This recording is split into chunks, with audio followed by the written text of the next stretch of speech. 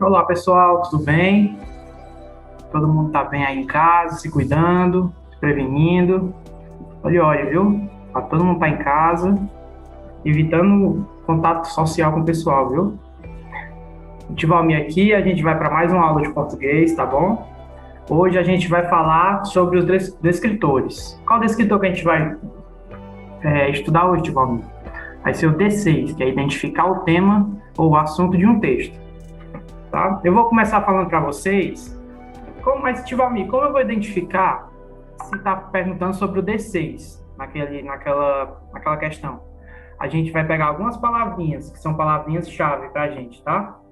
Por exemplo, se você ler a questão e sempre que a pergunta vier alguma dessas palavras, como assunto, tema ou trata, você vai definir que é como o descritor 6 que está sendo perguntado naquela questão. Se você estiver fazendo uma prova do SPAES, se você estiver fazendo qualquer prova do município e tiver uma dessas três palavras na questão, você vai começar a deduzir que é o D6, tá bom? Mas, Tivalmi, como é que eu vou analisar qual o tema do texto ou o assunto? É só olhar o título? Não. A partir do título, você vai ter algumas informações. É uma grande ajuda. Eu vou falar aqui 3 dicas que você pode usar, tá bom? Para tentar descobrir o tema ou o assunto do texto. A primeira dica é: tema, assunto, não é o título. Ou seja, não é só você ler o título que você vai estar sabendo o que é aquele escritor ou do que se trata o texto. Tem muito texto que fala o título, mas você precisa ler ele todo para poder compreender. Aí você pode acabar errando. Então, não fique só no ler apenas o título, tá? Você pode usar ele como aliado, pois ele vai dar pistas do que se trata o texto. Mas você vai precisar ler o texto e procurar algumas dicas que eu vou falar agora. Que a segunda dica é: ver se mencionando logo no início do texto e deverá se repetir ao longo do mesmo. Estratégia: grifar as palavras e ideias que mais se repetem. Se você está lendo um texto, por exemplo, sobre a floresta, certo? Aí você vê muitas vezes a frase: a floresta é muito rica. Se você vê essa frase se repetindo muitas vezes no texto, você vai começar a achar que é o tema do texto, a riqueza da floresta. E se tiver isso lá nas opções de marcação de resposta, aí você vai ter matado a charada, né? A terceira dica é: resumo o que foi falado no texto em uma única palavra ou frase, tá? Mas, Tivami, como que eu vou fazer tudo isso em uma questão só? Aqui a gente vai ter que fazer várias vezes, até vocês pegarem mais prática, tanto na leitura como na interpretação. A gente vai ver uma questãozinha agora de exemplo, tá? Ó, leia o texto abaixo, no círculo. Essa questão está até na atividade que eu vou passar para vocês hoje, então eu vou fazer com vocês logo ela, tá bom? Para ajudar, aí depois vamos fazer as outras. Domingo no circo não há nada mais divertido. Quando eu era criança, lembro que desde cedo eu já ficava esperando, o almoço parecia não chegar nunca. Lá pelas 3 da tarde, meu pai se levantava e dizia: bom, será que alguém quer dar um passeio? Era o sinal. Eu e minha irmã corríamos para tomar banho. Minha mãe nos vestia com as melhores roupas e lá íamos nós, contentes da vida. O meu número preferido era o dos trapezistas. Eles voavam de um lado para o outro, parecendo pássaros.